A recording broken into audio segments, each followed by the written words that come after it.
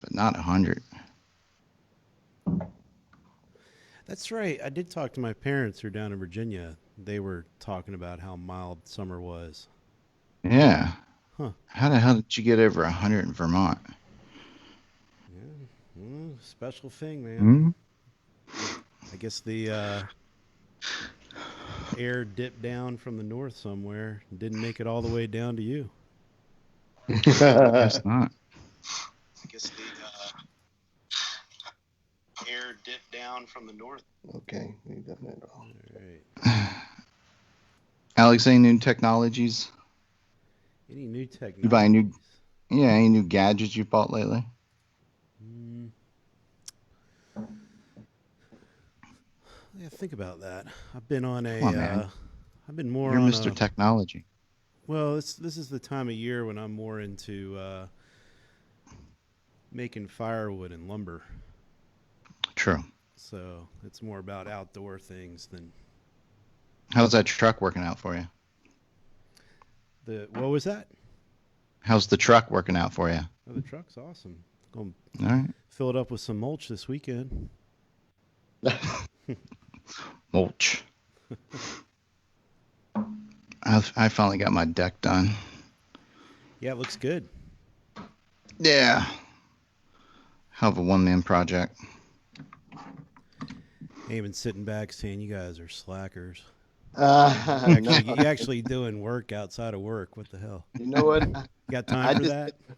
I just had a painting project, and I did a retaining wall in my backyard because all of this biblical type rain we've had. I had to put I'm my. I'm actually going to be doing that. I got a small retaining wall I need to build. All that range is I mean, just it washed. yeah. Same here. Same here. Horrible. Was that from the remnants of the storms? Pretty much. Okay. Yeah. Yeah, it just washes the dirt that really was Yeah. If packed you don't in. have yeah if you don't have strong grass growing, man, it just moves. That's what's happened to us. Hmm. And I mean, it's like a damn near mudslide going on over here. But I mean, it was just ridiculous. A couple of weeks ago, we had like what 3-4 inches of rain that just dropped down upon us unexpectedly, and it was just Hey, 10 ridiculous. seconds, guys. All right. Then we really start the rain. All right, 2, 1, and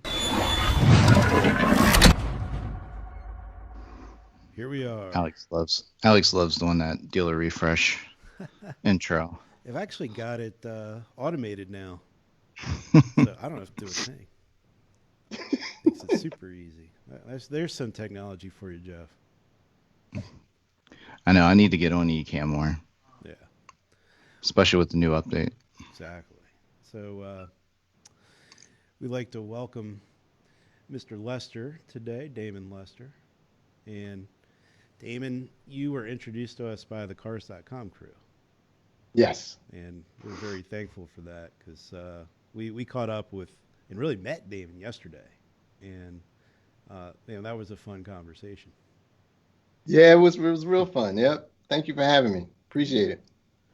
Well, Damon, for some of our audience who might not know you, in fact, I know somebody watching, Alan Cooper, has piped up and said that he worked with you during the recession, but for the Oh last yeah. I Okay. was wondering. I yeah. was wondering if you knew Coop or not. But do you mind telling us a little bit about yourself and how you came to the car business? So, Damon Lester, president of the National Association of Minority Automobile Dealers, and we're located in the Largo, Maryland area, or the D.C., Maryland, Virginia area. And I was not a traditional car person. I was not into this industry over about 19, 20 years ago, and I'm an auditor, CPA, and who's now left that part of my life gone about 20 years ago, and now I'm been in the auto industry ever since. Didn't know you were an auditor. Yeah, man, we're like the dentist, so you don't want people don't like to see auditors around because they run the other way. So yeah, that's what I used to do. I used to audit a lot of nonprofits, particularly nonprofits that were headquartered in the D.C. area that had field offices overseas. So all the former Soviet Union countries, like Kazakhstan and the Kiev and Turkey, I've worked in all different countries. Wow. And you say that was about 20 years ago? Yeah, when I leave, like 1997, 98. Yeah, Mm-hmm.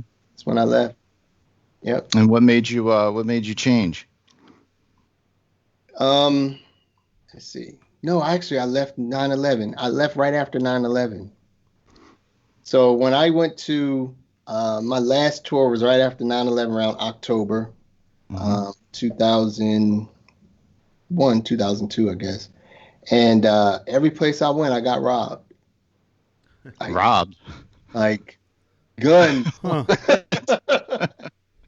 Give me your stuff. That's so that was it. I got back into the States and it was like, man, I'm done. I mean, it was an interesting tour to be over there during that time. That point, I went to Kiev, I did Kazakhstan, I did Istanbul, and I did I can't think of the other one. But I did all of the stuff, pretty much all of the stunts. What branch were you with? No branch, no military. Okay. No, I was just with the accounting firm that I was with during that time. Oh, okay. I thought I was lost we- there for a second. Yeah, you would think. But no, there's auditors there that if there's like food drops or money drops, there are auditors there that are that's right there on the ground. So many Wow. instances, this particular client was in the healthcare industry, which we did exchange stuff from U.S. healthcare equipment and things like that to medical supplies to doctors. It was just like an exchange program, and we worked on that audit. And you didn't want to come out and audit floor plans after all that? No, man. But you know what? My old job when I graduated from Philly was with a accounting firm located in Philly, and we used to audit the Metro Transit Associations or administrations like MTA, Maryland Transit. And so I had to do inventory and count left tires and right brake rotors, and I had to do all those types of actual inventory back then. And so now I didn't get a good taste of it because I always had to do inventory count in the wintertime, so it wasn't cool. No. Yeah. Well, so what got you into automotive, really? What took So you the there? accounting firm that I worked for knew that there was an opening in NAMAD back in 2002, and they were looking for a vice president of operations. And right after that tour overseas, I'm like, I'm done. And you kind of get the opportunities where I got a little bit burnt out with being an auditor and things like that. And that opportunity with NAMAD was VP of operations, and I applied. I got the job, and I've been here ever since. And in 2006, I was appointed as president. It's a hell of a time to take over. Had no idea what was just Right. coming around the corner. Yep, right before when the bubble burst is when I took over. Yep. Yeah. Well, you mind if we hang out in that time period for a little bit? Because it's truly fascinating what you went through. Yeah. Yeah. So you were telling us yesterday about some of the signs that you saw leading up to the 2008 when shit hit the fan. So what were some of those signs, and how did you catch it, and where did it lead? So during that time frame, I think 2000. Let me look at my notes real quick. 2005, 2006, we were close to about 1,900 minority dealers. And then we started to see 2006 a decline. It dropped about a couple hundred, and then 2007 started to see another decline, and it was at such a rapid, disproportionate pace in comparison to the rest of the industry that these guys weren't exchanging hands from a buy-sell standpoint. They were like taken out, and so the liquidity in the market started to tighten up from what we started to see. In many instances, for our dealer body, or the smaller dealers, you start to see and feel things about 12 to 18 months before it actually hits globally.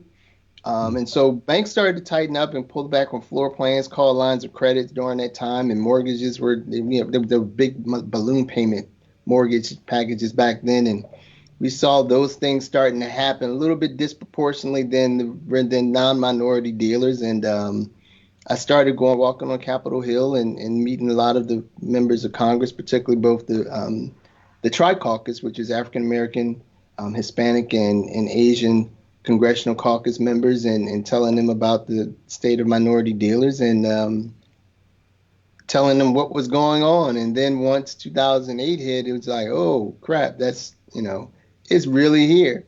So a lot of that advocacy really took place about a year and a half, 2006, early 2007, because we just started to see that downward spiral trend.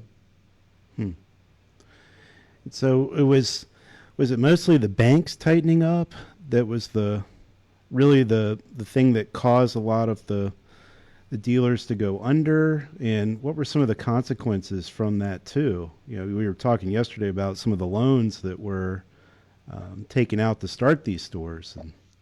Yeah, it was largely caused by the banks, which we just started to see those loans being called lines of credit. They just wanted their money immediately, and things just became a little bit different, particularly for our dealer body during that time. I guess consequences was that's when I became widely known and educated on personal guarantees. So yeah, we talked about that yesterday, and like, man, the personal guarantee will take you out and will show no mercy. And we saw that, and it took a lot of had a lot of casualties as a result of it. What are like two personal guaranteed loans that people might be familiar with? Like a college loan would be one, and college loan and your floor plan. The floor plan right now is the most prevalent PG out there. Yeah. In anything like from the Small Business Association, the SBA loans, and SBA loans do require you to sign personal guarantees now. Before they were unsecured, unsubsidized loans, and now that they're now requiring you to have personal guarantees on them. Yeah. Yeah, so basically, no matter what, you're on the hook as a human being, regardless of bankruptcy status or anything. Yeah. Yeah. Oof. Yeah. That's tough. Yeah. So it was definitely a stressful time during that period, leading into it and going through it. As you started to see just the amount that it took and hit on these families, minority and non-minority, was just horrific. Yeah. Well, Cliff Banks, Cliff. Tell Cliff what's going on, Cliff. I think he just heard you. Shout out to Cliff. But he was just saying the OEMs weren't much assistance on this front either. Yeah. Absolutely not. Particularly, that's when GM, Ford, and Chrysler were in some pretty dire straits. And GM and Chrysler, of course, filed bankruptcy, and GM did the brand elimination of Saturn, Saab, Hummer, and Pontiac. They eliminated those brands, which definitely wiped out a significant portion of our dealer body, particularly on the Saturn side. We were more heavy on the African American dealer side with Saturn, and so you had all of that tsunami take place, and you're seeing this travesty go on with now all of a sudden they're just terminating franchises, and so it was definitely hard. What happened with a lot of those dealerships or those dealer owners? Were they able to recoup and get into a different branch of GM, or were they just gone? Jeff, our dealer body, we knew going in, and we predicted actually about 350 to 400 minority dealers would lose their store as a result of this downturn during that time period, and we pretty much nailed it with the projection, unfortunately. But for minority dealers, particularly during that time with cash being as tight, and we knew 99% of our dealers would not be able to re-enter the business because of there was no cash or lack of capital. The programs of minority dealer development programs were pretty much gone and wiped out as a result of those of the recession during that time. And so we knew at a minimum we had to come up with something that we could provide some assistance for these dealers from a softer landing or get a softer landing. And so if you all recall, during that time there was NADA, NAMAD, and the Committee to Restore Dealer Rights with Jack Fitzgerald and Tammy Darvish and Alan Spitzer.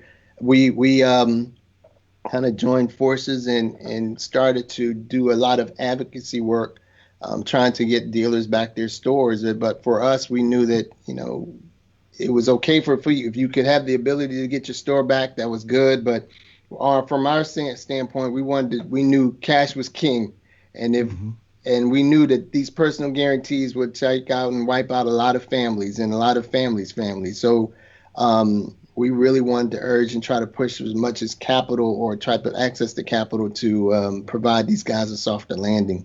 As a result of that, if you recall, there was all these hearings and stuff that took place, and we were pretty much negotiating with the government and GM and Chrysler behind the scenes during that time. And out of that, NAMAD had a memorandum of understanding with General Motors, in which they provided, and as well as the government assisted, I believe, with providing a softer landing for some of these dealers, non-minority and minority, with a softer landing with as they were forced to close their stores. Mm-hmm. And then I know a lot of the Saturn dealerships would transition over into big used car dealerships.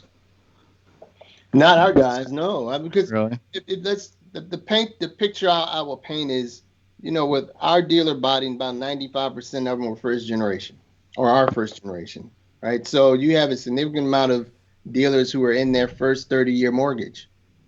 Yeah. We didn't own our land, right? There was no way to tap into a line of credit to get equity out of it during that time frame, or they had a balloon payment because those were the types of popular mortgage products out there during that time. So we didn't have the equitable and generational wealth that many of the non-minority dealer larger groups had. And so we couldn't pivot in many cases from a used car, a Saturn car lot and pivot to a used car lot. We just didn't have that type of capital. Gotcha. And you mentioned, you've been testifying in front of the government. Yeah. Sounds like fun. Yeah, it sounds like a blast. Especially the one that you did during this time. You mind mentioning who brought you in and how it went? Yeah, so that was, again, I was on the Hill during that time frame, just talking about the state of minority dealers and what we started to see with banks freezing up and that we needed capital. And I met with Congresswoman Maxine Waters. That one night, I would say it was on my birthday, December 4th. It was on my birthday. And that following day, on December 5th, was when the actual hearing took place. And you may recall that's when the CEOs of GM, Ford, and Chrysler flew in and got their ass kicked because they flew in versus, spending all of their money after they received the first set of bailout money. But I remember that. I talked to her about that night, and then she called Congressman Barney Frank, who was a congressman during that time, and they decided to that we needed to get our story out, which was the minority dealer story that really was never told, and that needed to take place during the financial service hearing. And they put me on. And that morning and that afternoon when I got on, I guess some members thought it was a sneak attack, but because I was never on the original, testifying list or witness list. And then they wound up putting me on. I testified. That was it. And I gotta ask, what's Barney like?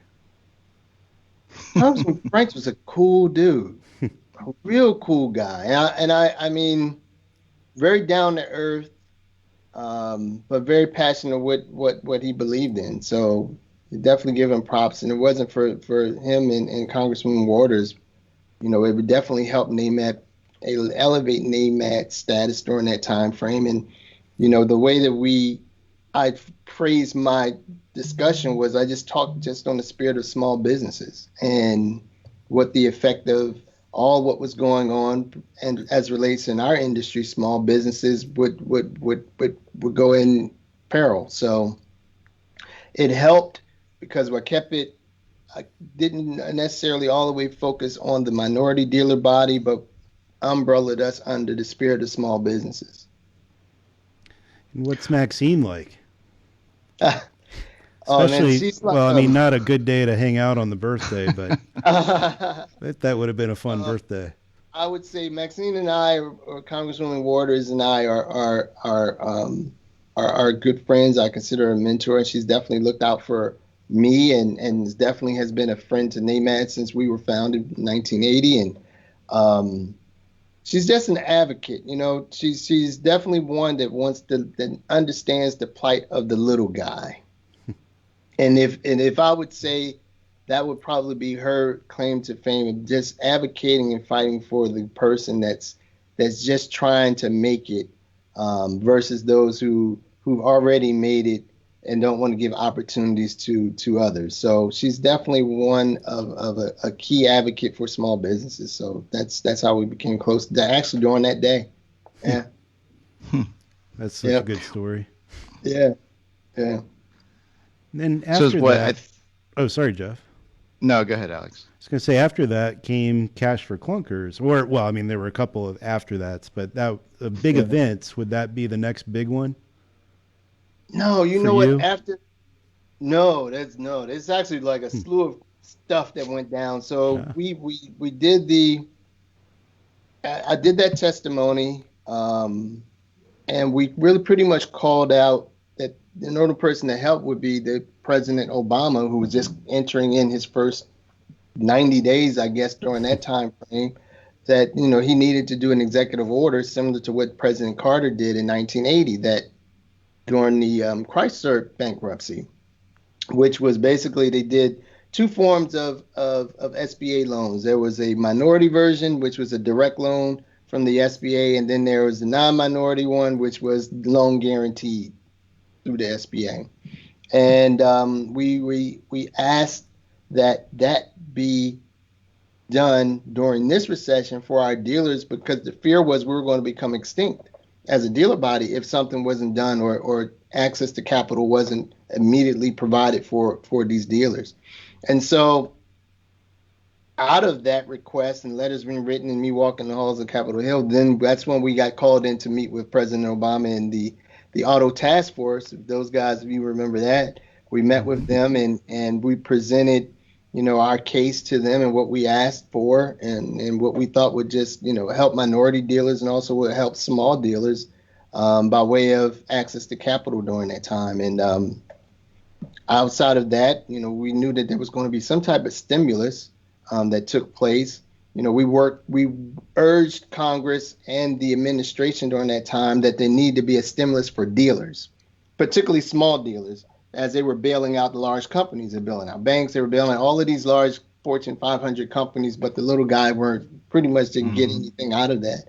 And so that was one of our big requests, that they needed to provide some type of assistance from a liquidity standpoint to put some breath of life back into these companies. Yeah, I mean, if it makes sense to bail out the big companies, I mean, your dealer groups and your dealer body is, they're the ones that are getting the cars out there. So, I mean, it just makes sense to, but I can see why maybe, something like that be easily overlooked. You're not thinking about that. So that's, yeah. Yep. So it was a challenge, and then we wound up, working with NADA and the other larger groups, with Cash for Clunkers and trying to come up with a way to jumpstart the economy by way of sales. As if you guys remember, all of the airports and docks were just inundated with cars back then, and try to get that stuff moving again. So that was how Cash for Clunkers was born. Yeah, it was. Thankfully, that came along. So thank you for helping make that a possibility. or making that a reality, I should say. Yeah. Think we'll ever see another one? Man, hope we don't have to.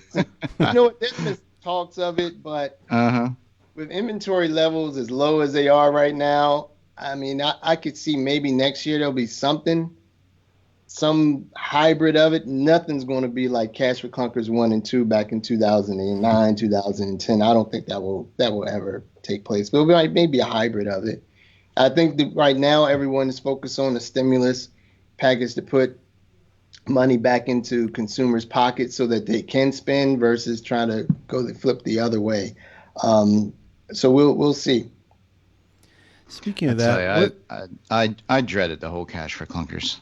God, it was stressful. Right? Especially from a marketing standpoint. It was just what a freaking headache that was. It was so stressful because then you had to kill the engine and then you couldn't get your money. Damn near 60 days, 90 days. Everybody was floating cash and damn near going broke. And it was just like, it worked, but the cash flow wasn't as immediate as everyone needed it to be. Correct. So, yeah, and trying to get through that website to get your stuff. Yeah.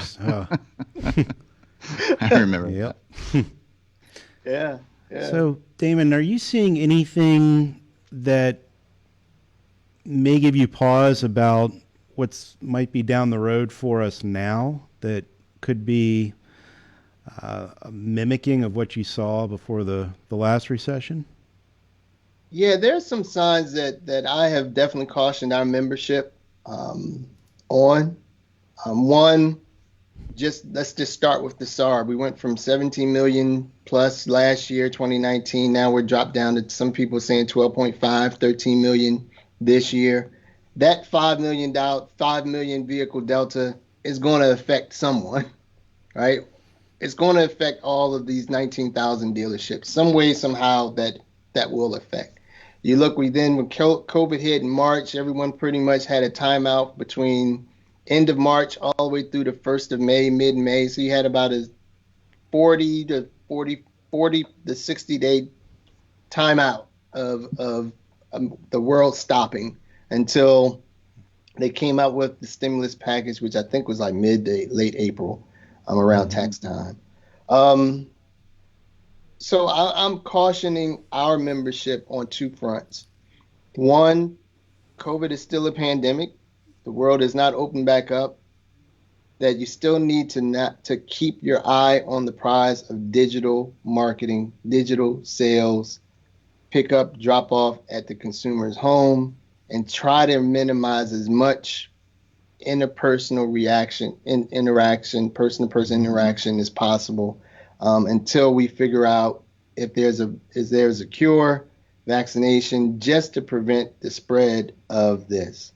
Dealers have definitely been resilient because if you guys recall, they were saying the projections. I think vAuto came out and said, get rid of all your used cars, get rid of them now, right? And, you're going to have so much water in them, and that turned out not to be the case. It actually saved and is making these guys a significant amount of money because of used cars. So used car valuations are definitely up, and that's positive. But the new cars inventory, as you know, is extremely low on some manufacturers, some are not. And as they begin to ramp up. And so I look at things from a timing standpoint. Individuals got the stimulus, that one lump sum stimulus. Some families got the $1,200 stimulus package, and then they came up with the supplemental stimulus plus, which was the $600 a week thingy, and that seemed to work out pretty well for a lot of people, and all the way up through, I guess, July, which it ended the end of July of this year, and people were using that money to purchase cars. In my opinion, and I think the data will show that a lot of folks were purchasing cars during that time, and because that's you're getting at least $2,400 of straight cash, in addition to unemployment or whatever other money you were receiving externally. So I think that helped with the new car sales, even to the point of the used car boom that we're seeing right now. And so I think the fourth quarter of this year, I think we're going to see some challenges. And I think as Congress has officially gone back to their respective states and There's no stimulus. They couldn't come up with a deal.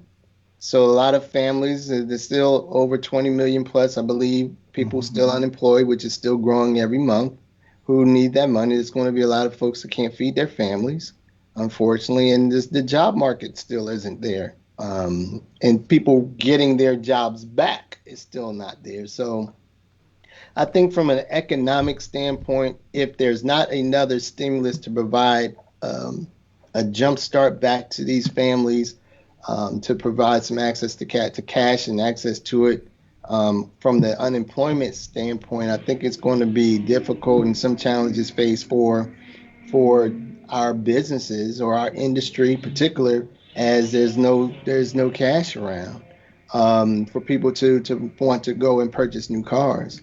We're seeing a lot of those incentives of those 90-day deferred payment for the first 6 month incentive thingies. That's, you don't hear that anymore.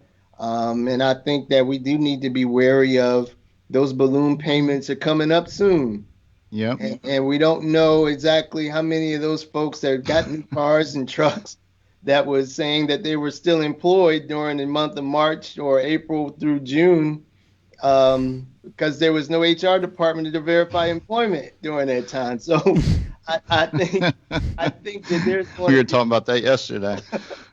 I think there's going to be some hiccups in our marketplace, because surely if you were getting the $600 a week and you thought you were going to get your job back within 90 days or 120 days afterwards, and now that in many cases, just for people that worked in the hospitality industry, how that's just been, completely, murdered, so to speak. From an employment standpoint, it hasn't come back. I think that, you're going to see a lot of challenges with people making these carb notes. Yeah, it would be interesting to see how many people actually, if there were a way to see how many people actually use that stimulus check to go out and acquire or lease a new vehicle. Yeah. And then, like you say, a 90-day deferred. Well, okay, you got the nice down payment. You got some payments every month, but you didn't have to make anything for the first 90 days. Now there's not another stimulus. Well, who knows? But it doesn't look like there's another stimulus check coming anytime soon.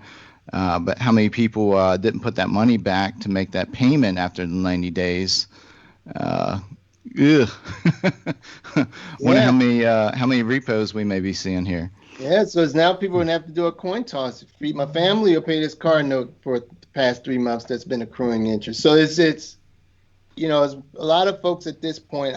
That's why I think fourth quarter all the way up to at least March of next year, if Congress doesn't come up with a plan to keep stimulating this from a consumer standpoint, businesses, and we've also advocated for our dealers that there need to be another version of PPP.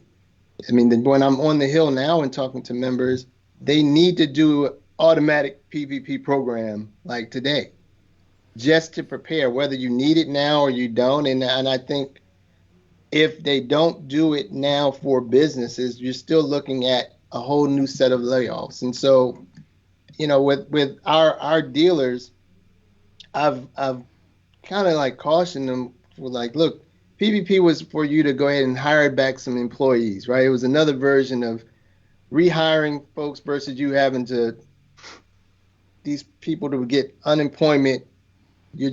Government's paying you to get your employees back, which was good. Now that money is either being used up and or they're not using it because the $600 was still in play and car sales were doing well.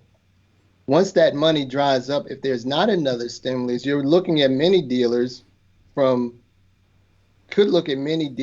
to lay off or furlough those individuals who the government told you to hire back because of the PPP program. Well, and they still haven't figured out how to grant relief from the program too. So people who want to pay it back and you can't. Yeah, that's still confusing. That whole form is still just weird. So I mean, it was good that we got the extension for them for the forgiveness if they weren't able to, for that. But to your point, you look at it is, there's still a lot of things in question right now on how do we operate in this environment when there's still such a high unemployment. The supplemental stimulus checks that they were getting has ceased till we don't know, possibly till post-November. And now we still want the world to operate accordingly. And every week there's an increase, close to 1 million people still being unemployed. So it's going to be shaky from what I've warned our folks, and just, cutting expenses is good. I think everyone did a great job with cutting expenses. I think, and I applaud a lot of our vendors, particularly the DMS systems and other key vendors that we deal with for discounting and or deferring some of those payments early on. And we know that I can sympathize with them on what they had to face and struggle too, because it hurt everyone across the board. But I do think dealers have been very resilient with not taking on any additional expenses or increasing any additional expenses right now. I think dealers have done a great job with maintaining their employment base. But if your car sales are going to start to decline, and you still have those major fixed expenses, and those companies may not be as willing and openly willing to reduce or give discounts or deferments again later this year, I think it's going to be a challenge for a lot of folks who may not have the cash reserves. Well, like you said, I mean, it's definitely affected everyone across the board. But are you able to see, are there particular areas or segments or just states that have been affected more? Not necessarily states. No. I think the rural areas, those places where there was, maybe one or two major plants in that area that were shut down, or now because of COVID have to start up and shut back down. I think you'll see some slow sales with that, or some challenges from a cash flow from there. But I just think from this standpoint, if our malls aren't open and you still can't go to the movie theater damn near 6 months later, I mean, we had some problems. Yeah. That dealers have to be resilient and creative by keeping focus on that digital, because that's the least expensive expense. I think they've saved a lot of money by just pivoting straight digital than what they were doing in traditional advertising that we would normally do. Are you helping dealers to make that move? Maybe helping with, how do you do home deliveries, for example, or at-home trade appraisals, things like that they do need some help with?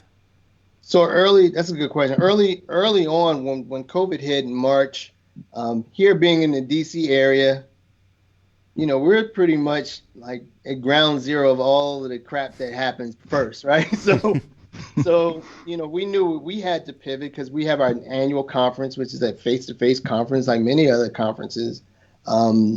We have it taking place in July at the Fontainebleau in Miami, and everyone's having a great time. And we had to pivot and put that on pause in March once things shut down, and then finally make the final decision to cancel it.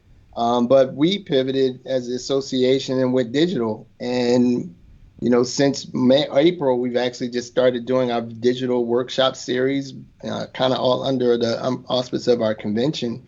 And what we did was we focused on, okay, everyone's still focused on this face-to-face. We got to get everyone to pivot off of that to virtual or digital. So we've done, like, the whole month of April, we did a whole digital series of workshops using our vendors. We had cars, we had Digital Airstrike, we had all of these vendors that we have relationships, even with banks, on how to start to change your platform from a face-to-face to digital. How do you interface with the customer?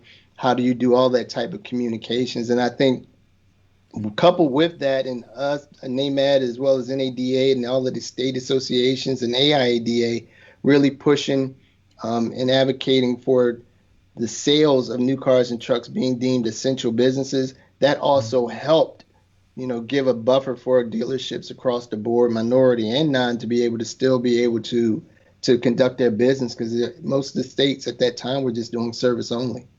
Yeah. Well, by No, the way, it definitely helped us out. Yeah. we've got some questions from the audience that I'd like to get out there real quick. They're hefty ones, I'll warn you. Not like we haven't talked about anything hefty yet. Okay. And then we'd like to get into more about what NAMAT is and what you guys do and what you can offer. But we've got one question that's coming up in regards to what Governor Newsom in California just announced, basically sticking to the CARB standards in 2035, banning the sale of fossil fueled vehicles. Mm-hmm. And the question is, you see that coming through to other states? Ooh, I think California's always been out there separate from the rest of the world and kind of doing their own thing. I thought it was interesting that the governor did that, and it wasn't something that was new. It was kind of during the Obama administration. I think he originally came out with that. I look at the data, right? So you got 17 million cars. EVs are about 3%. If you remove Tesla, EVs are about 1% market share. So cars with gas, I think, will always be a need. I think cars with gas or combustible vehicles, gas vehicles will always be in demand. The issue is, how do you find that balance? To go out and step out there and say by 2035, no more new cars and trucks sold by gas or gas vehicles, that's more of a consumer demand, not a governmental demand, I think. And so I think some states may try it, and that'll be up to our state associations, and we'll jump in as well as when we need to provide just the data that, everyone has to come up with a mix of electric vehicles or fuel efficient vehicles with gas vehicles for the economy or CAFE standards, which is fine. At the end of the day, you're going to see people want to buy what they want to buy. Now, if it's you're seeing like Hyundai coming out with a whole segment of EVs, you see Volkswagen and Audi coming out with a whole segment of EVs out there. Is it affordable? Is it what people want to drive? And we all, as an industry, all OEMs and state associations and national associations, have to do a better job with advocating and teaching consumers the benefit of electric vehicles. We don't do that. We just put them out the market and say, go buy it, right? The Tesla piece, I think, is like, it's sexy car. I mean, I may get in trouble for saying it. It's a sexy ass car. It's nice. You see it driving the street, you're like, yo, that's pretty hot, right? So just with the whole iPad thing, but it's not your first or primary car. It's like your second or third car. Right. So we want that. Especially if you're commuting. If you're commuting, right? So we have to do a better education globally to educate consumers on the importance of and why, because there is this fear, particularly here on the East Coast, because we don't have the infrastructure like they have on the West Coast. What happens if I'm driving from DC to New York and that's 300 miles and there ain't no charging station nearby? So what where do I go? What do I do? How do I do it? And then there has to be the time frame from a logistical standpoint.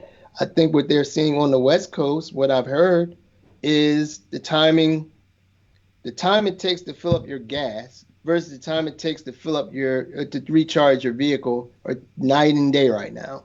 Mm-hmm.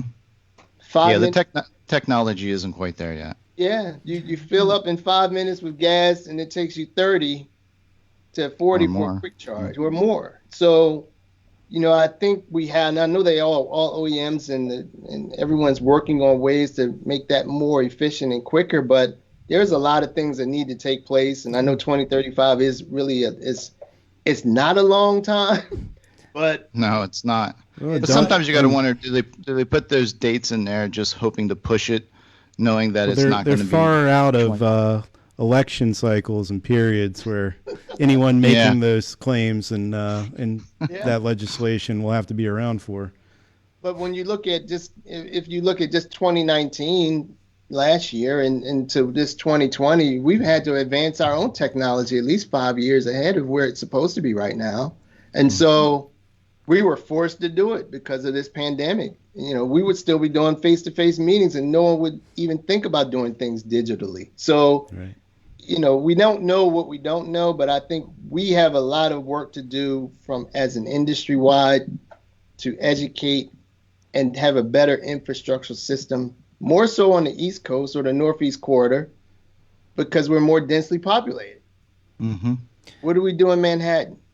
What do we do, in Philly? What do we do in other places? So, Well, not even the densely populated areas. You've got most of the country's rural. We don't talk about the middle of the country too much. And even, the northern parts and whatnot are quite rural. And these, out where I live, most of my neighbors, we all have diesels. We need the power for certain things that we have out in the countryside. You got to bust through the snow, being up in Vermont, or we're towing tractors and things like that. Yeah.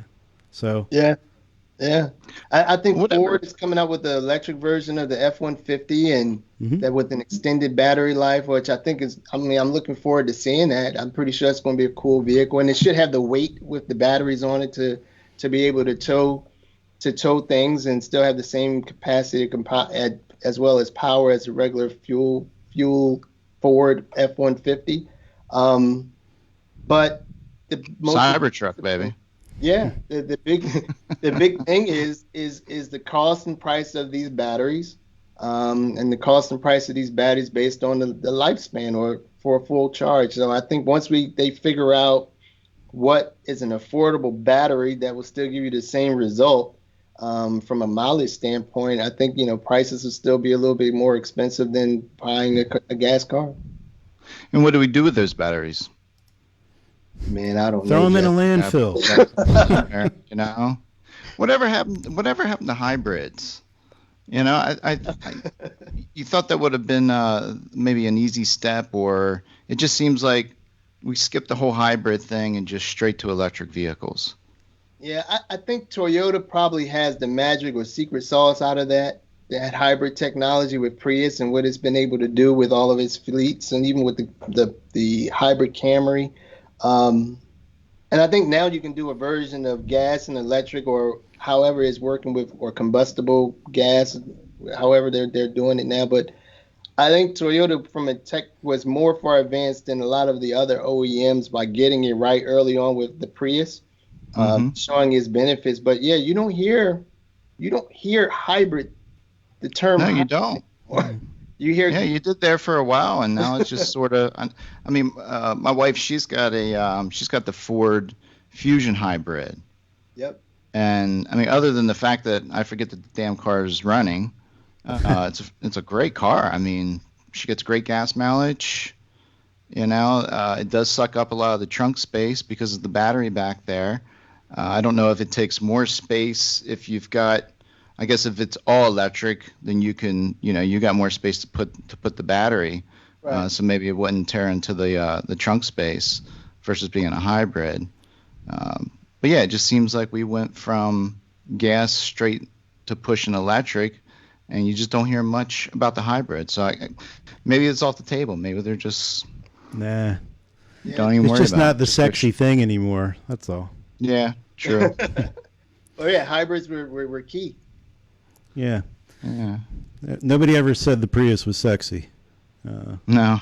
But Damon said the Tesla is. So. Yeah. But I would say what Toyota got right, and I think on LA, you got the benefit to riding in that lane. Yeah. Or I think True. They had a fuel efficient lane. Do we have that in DC? No, we don't have it. Okay. I couldn't remember. I know we got double lane HOV some areas, but.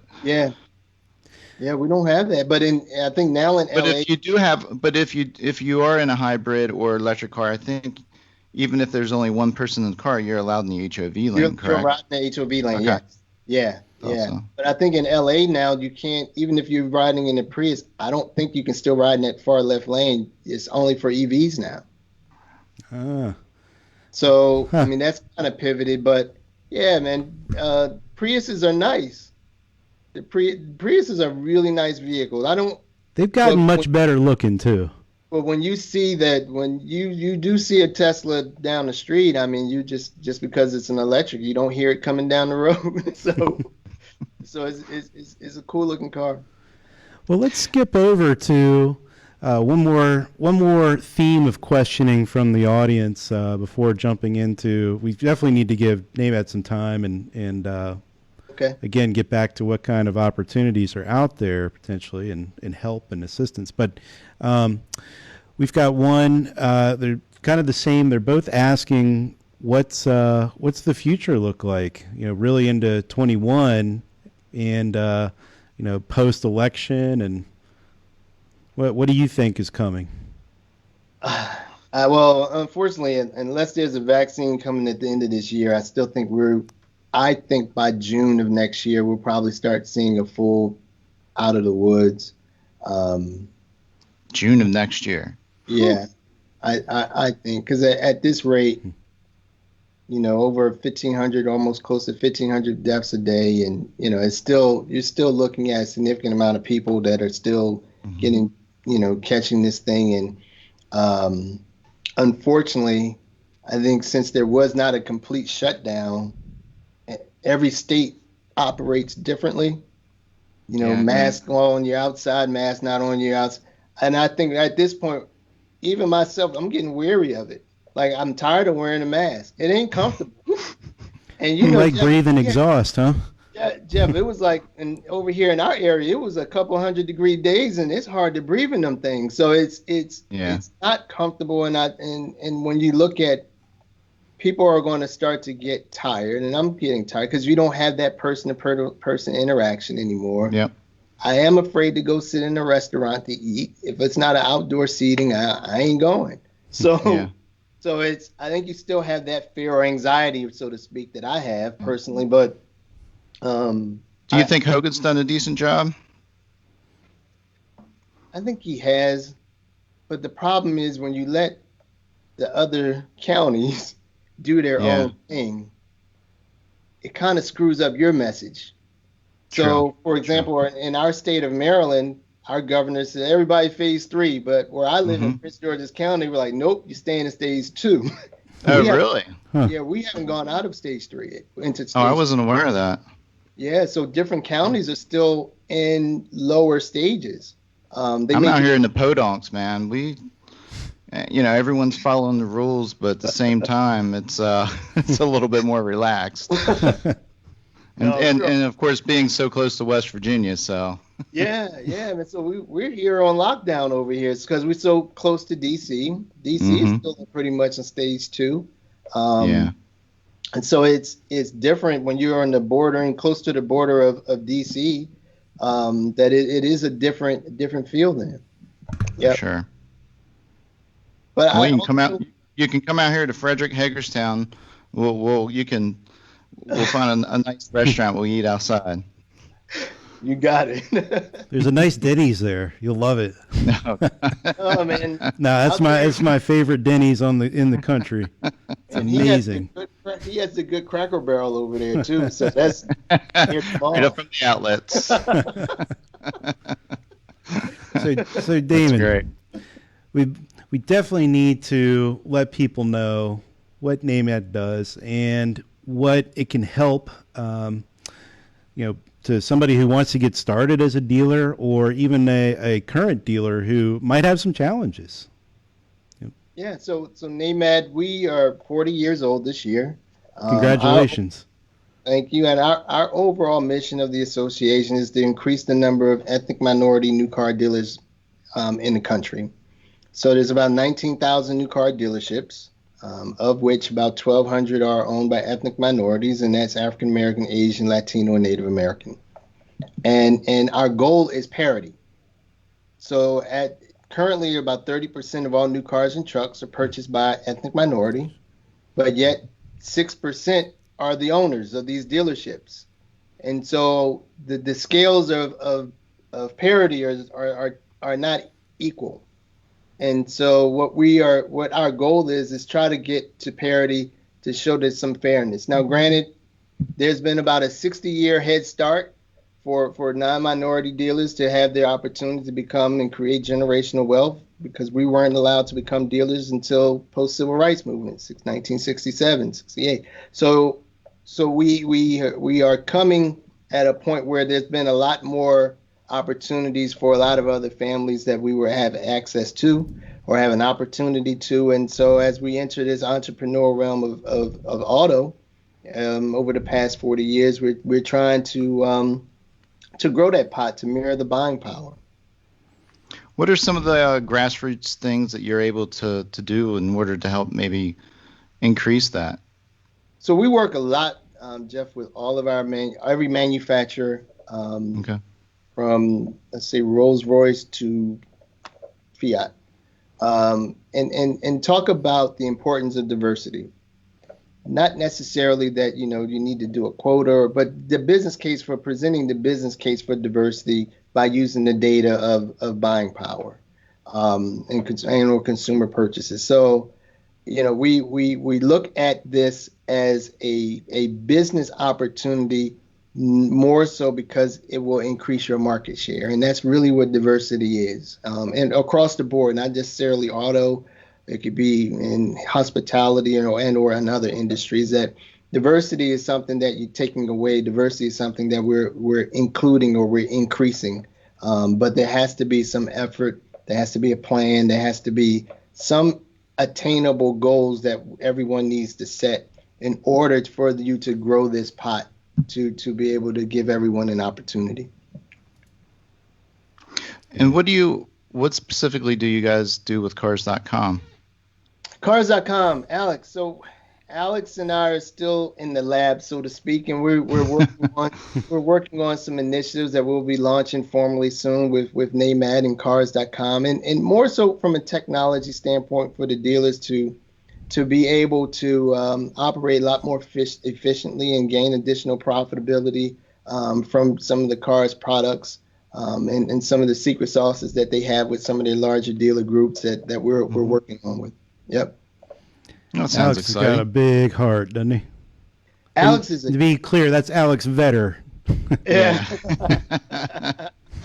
Yeah, Alex has a huge heart, man, and I've gained a friend out of this, and he has definitely been open to discussion on a wide variety of things, topics, and things like that. And he has definitely been, I would say, I gained a friend out of COVID, as well as you two guys and many other folks that I've had some opportunity to speak with and just wanting to learn more. So Cars.com is legit. Yes, they are. Yep. Alex is a great guy. I've known Alex for quite some time. Yeah, real good guy. Yeah, Former lacrosse player. Oh, wow. See, I didn't know that. That part I didn't know. Yeah. So we at NAMAD, we really urge, our manufacturer partners and our vendors the key vendors in auto that we deal with to really start to embrace diversity as a business imperative. But everyone has to come up with a creative plan, and if they want to embrace it, so they have to have an effort or put an effort towards and to do it. And some of it may be creating programs of financing deals, because the price of these dealerships are so high. And ultimately, if you look at our industry and look how the activity is going with public companies gobbling up all of these other larger groups and smaller groups, our industry, and we're just seeing more and more of that. So. Yeah. Our industry, and I know those guys over at a lot of those public companies, they're good friends, but we have to figure out who we want to be when we grow up, and that's as meaning the auto industry. And dealerships are grassroots dealerships. Dealerships are, the owner is the pillar of that community, of everyone. Doesn't matter what color you are, or what race you are, what ethnicity you are. That dealer owner knows everyone in that community and vice versa. And so we want to make sure that identity still takes place or still exists, but just the pricing right now and our aging of the dealer body is getting up there, and lack of succession and things like that. We have to do a better job internally at NAMAD to try to sustain the number of stores we can, but buying from each other as well. So it's just one of the biggest challenges we're facing right now is retention. Yeah, I believe that. Yeah. Well, someone once. Go ahead, Alex. Go ahead, Jeff. I was going to ask the last question. So then you shoot. Pop one you in shoot. there. No, Damon, you've got a very important job, and we do want to be respectful of your time. So, as a final question to you, we want to ask, what can the rest of us do in the industry to help you out? How do we help your mission keep moving forward? Oh man, that's a good question. I would say, in order to help us out and help the industry, I think everyone really needs, whether you're a business owner or you're a manager, you need to really look at yourself in the mirror and look at your entity and say, hey, does my team, does my group, does my company represent America? And if you look around that room and it doesn't, you got to ask why. Why don't I have a person of color, or why don't I have a female on my board? Why don't I have these in my upper management thing? We need to start asking those questions within ourselves. And once we do, and you have some admittance that you want to try to do a better job and put your best foot forward and try to groom and create a more diverse workplace, and a more diverse workplace from a leadership standpoint, that that opportunity will help this industry. It will. And because if we don't, so for example, and I'll close like with this. So we are very visual people. And if I don't see a me at the head, I can't see it. So sports, entertainment, particularly with a lot of minorities and minority communities, we say, oh, I want to be like Mike, or I want to see like LeBron, because we see LeBron, we see Mike. You don't see ex-dealer who's a minority runs AutoNation, or you don't see that. So it hurts from a hierarchical management standpoint, because if I'm starting at the ground level and I don't see a person of color that's in upper management, who do I look to? Mm-hmm. And so we have some great advice. We have to be able to present that, and not that we're taking anyone's job or we're trying to do that, but there are a lot of qualified individuals that just never have opportunity because of a variety of reasons. But we need to be able to have people who are qualified, have an opportunity, given an opportunity in these larger C-suite areas, C-suite companies, to be able to not necessarily, be that spokesperson, but also gives hope that you can see yourself in those seats too. And so you have to look at yourself in the mirror and see what you want and where you want to be, also where you want to be when you grow up, right? So again, diversity equals growth. And if you don't have that around your table, you may be leaving some market share off the table. That's a good message. Definitely, quite possible. Absolutely. Well, What's if someone wants some more information? Okay. They've got some additional questions. Maybe they're taking maybe some of those first steps at looking to acquire a dealership. How would they get a hold of you? And what other, if there are any other services that you guys provide? Sounds like you sort of do an array of different things, really. How would they go about doing that? You can reach me via email at damon.lester@namad.org. And you can also visit our website, www.namad.org. And on our site, all of our workshops and interviews that I've done, and we'll probably post this on there as well, that you can have access to. It's free. We did do 2 diversity trainings on there, which were awesome, and all of the feedback was extremely well received from both dealer, non-dealer, manufacturer level. That's on there, conducted by Dr. Stevens Jones as part 1 and part 2, that I think provides a lot of insight on diversity and inclusion and things as a leader you may need to look at to provide some assistance for your own business. That's it. Oh, that's excellent. And that's just for anyone who's just joining us, though. That's namad.com. .org. Sorry. We got it in the comments, and it showed in the video feed too. So right. if you missed Damon, it, we sure, you really missed we sure it. appreciate you. Sure. Appreciate you joining us, man. Great message. And, you know, just the fact that you guys are out there and provide all this, like you said, some free information and data, and it's excellent. Oh, well, thank you. Thank you guys for the opportunity, man. It's a pleasure meeting you, and we'll definitely keep in touch. Oh, for sure. Yeah, this lightens up. I'm going to have to take a trip down to Bowie, Maryland. We'll grab dinner. You got it. I got you on some crab cakes, Jeff. Ooh, that sounds good. Perfect, man. All right, gentlemen. Everyone have a great weekend. Hey, thank you guys. Be safe. And thank you, Damon. You got it. And thanks to Cars.com for helping put this together. Oh, Absolutely. Thank you. Yeah.